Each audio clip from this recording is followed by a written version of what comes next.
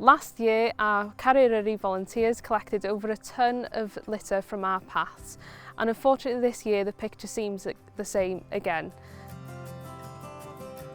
It's vital that we all work together to strengthen and promote the message of the importance of us all taking our litter home with us after visiting the National Park.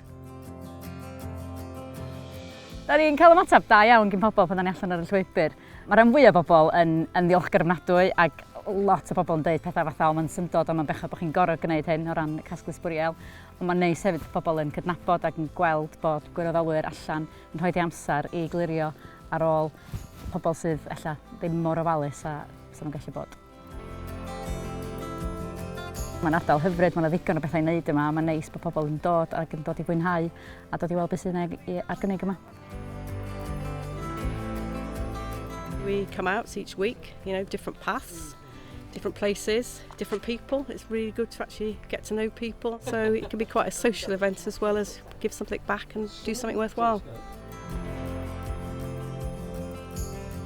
Mae gwirfoddolwyr ni yn gymysgedd o bobl, rili, lot o bobl o wahanol gefndiroedd. Mae lot o bobl yn tueddu dod o gefndir maen nhw yn treulio lot amser tu allan yn y mynyddoedd yn yr awyr agored eu hunain hefyd, a wedyn maen nhw'n defnyddio hyn fel ffordd o roi rhywbeth yn ôl.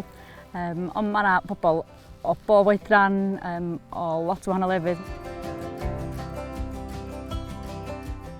Considering the climate change emergency we are now facing, it's more important than ever that the visitor economy plays its part in being more sustainable.